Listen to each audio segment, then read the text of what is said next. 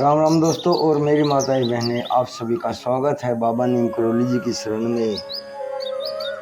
आप सभी का स्वागत है मेरी मैया रानी के दरबार में। हे मेरी आदि पराशक्ति माँ, मेरी शेरों वाली माँ, जो भी मेरा भाई मेरी माताएं बहनें आपकी महिमा सुनते हैं माँ, उनके सभी कष्ट तुरंत दूर करो मैया रानी। उनके घर में सदैव खुशियाँ हो, सुख समृद्धि आए, कभी कोई कष्ट उस परिवार पर ना हो माँ। यही मेरी प्रार्थना, यही मेरी अर्जी। जय श्री राम, जय श्री कृष्ण, जय शिव शंकर महादेव, जय श्री गणेश भगवान जी की जय, गाय माता की जय, हनुमान जी की जय, बाबा नीम करौली महाराज जी की राम। दोस्तों और मेरी माताएं बहनें, आज करते हैं माता रानी का छठा दिन है, माँ कात्यायनी छठा नवरात्र, और इस नवरात्र की व्रत कथा करते हैं। चंद्रहासोज्वल करा साइल वरवाहना, कात्यायनी शुभम दद्दा देवी दानव घातिनी। जय माँ।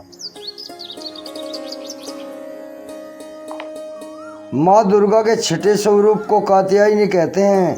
कात्यायनी महर्षि कात्यायन की कठिन तपस्या से प्रसन्न होकर उनकी इच्छानुसार उनके यहाँ पुत्री के रूप में पैदा हुई थी। महर्षि कात्यायन ने सर्वप्रथम इनकी पूजा की थी, इसलिए ये कात्यायनी के नाम से प्रसिद्ध हुई। माँ कात्यायनी अमोघ फलदायिनी है। दुर्गा पूजा के छठे दिन इनके स्वरूप की पूजा की जाती है। इस दिन साधक का मन आज्ञा चक्र में स्थित रहता है। योग साधना में इस आज्ञा चक्र का अत्यंत ही महत्वपूर्ण स्थान है। इस चक्र में स्थित मन वाला साधक माँ कात्यायनी के चरणों में अपना सब कुछ न्यौछावर कर देता है। भक्त को सहज भाव से माँ कात्यायनी के दर्शन प्राप्त हो जाते हैं। जय माँ कात्यायनी। दोस्तों और मेरी माताएं बहनें, आज करते हैं माता रानी द्वारा निशुंभ वध। पूरी सुने, आगे भी शेयर। ओम राजा बोले, हे ऋषि श्रेष्ठ, आपने रक्त बीज के वध से संबंध रखने वाला देवी चरित्र का यह अनोखा माहात्म्य मुझे सुनाया। रक्त बीज की मृत्यु के बाद शुंभ निशुंभ दैत्यों ने क्या किया, यह मैं आपसे जानना चाहता हूँ। ऋषि बोले, रक्त बीज के मारे जाने पर शुंभ और निशुंभ क्रोध में भर गए। दैत्यों की प्रधान सेना को लेकर निशुंभ देवी से युद्ध करने आया। महापराक्रमी शुंभ भी सेना सहित चंडिका देवी को मारने के लिए आगे बढ़ा। शुंभ और निशुंभ का देवी से घोर युद्ध होने लगा। दोनों भाई शुंभ और निशुंभ देवी पर इस प्रकार बाणों को छोड़ने लगे मानो मेघ वर्षा कर रहे हों। देवी ने असुरों द्वारा छोड़े गए बाणों को अपने बाणों से काट डाला और अपने शस्त्रों की वर्षा से उनको चोट पहुंचाई। निशुंभ ने तेज धार वाली तलवार और चमकती ढाल लेकर देवी के वाहन सिंह के मस्तक पर वार किया। इस पर देवी ने इक्षुरप नामक बाण से निशुंभ की तलवार काट डाली और उसकी ढाल के, जिसमें 8 चांद जड़े थे, टुकड़े टुकड़े कर डाले। ढाल और तलवार के कट जाने पर निशुंभ ने शक्ति का प्रहार किया, जिसके देवी ने अपने चक्र से 2 टुकड़े कर दिए। निशुंभ मारे क्रोध के भुन गया और देवी पर शूल से वार किया, परंतु देवी ने अपने मुक्के से शूल को चूर चूर कर डाला। इसके बाद देवी पर उसने गदा से प्रहार किया। देवी ने त्रिशूल से गदा को काट डाला। अब वह फरसा लेकर देवी की ओर लपका। देवी ने अपने तीखे बाणों से घायल कर दिया।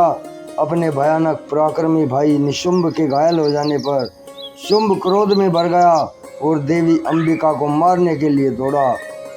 शुंभ रथ पर बैठा था, उनके 8 भुजाएं थी, उनमें भयंकर शस्त्र शोभायमान थे।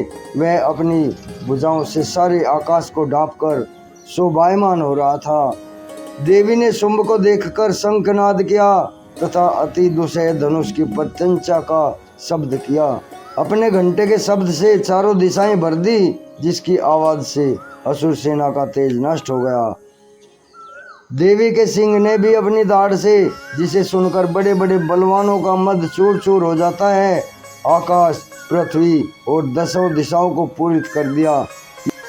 इसके बाद आकाश में उछलकर काली ने अपने दांतों और हाथों को जमीन पर पटका। उसका ऐसा करने से ऐसा शब्द उत्पन्न हुआ कि पहले के सारे शब्द शांत हो गए। शिवदूती ने असुरों में भय उत्पन्न करने के लिए अट्टहास किया, जिससे सुनकर सब राक्षस घबरा उठे और शुंभ क्रोध में भर गया। देवी अम्बा ने शुंभ से कहा, अरे दुष्ट, खड़ा रहे, खड़ा रहे। इस पर आकाश से सभी देवता जय हो, जय हो, जय हो बोल उठे। शुंभ ने वहां आकर ज्वालाओं से युक्त एक भयंकर शक्ति छोड़ी, जिसे देवी ने अपनी महोल्का नामक शक्ति से काट डाला।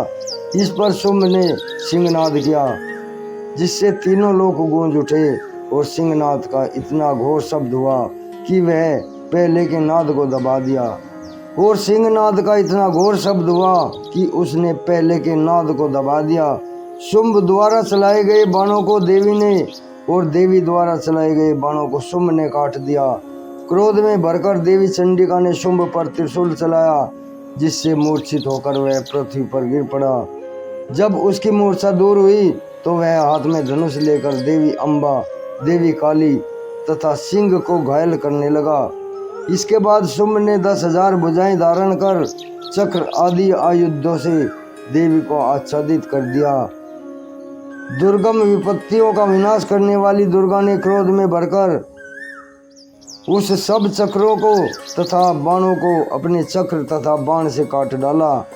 असुर सेना से घिरा हुआ निशुंभ बड़ी तेजी से गदा लेकर देवी पर लपका।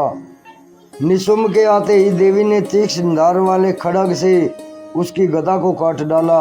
अब निशुंभ ने त्रिशूल लेकर आक्रमण किया तो देवी दुर्गा ने वेग से अपने त्रिशूल से निशुंभ का वक्ष स्थल छेद डाला।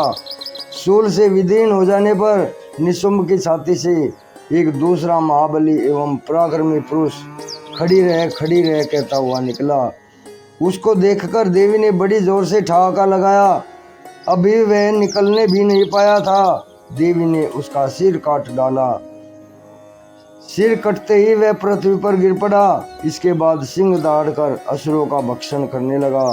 काली और शिवदूती भी राक्षसों का रक्त पीने लगी। कुमारी की शक्ति से कितने ही महादैत्य नष्ट हो गए। ब्रह्मा जी के कमंडल के जल से कितने ही असुर समाप्त हो गए।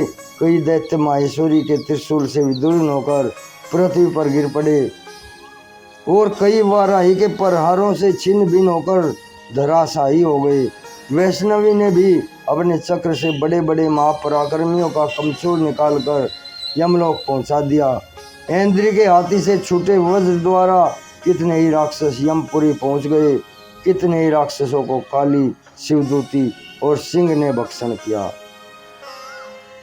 दोस्तों और मेरी माताएं बहनें आगे भी शेयर करें।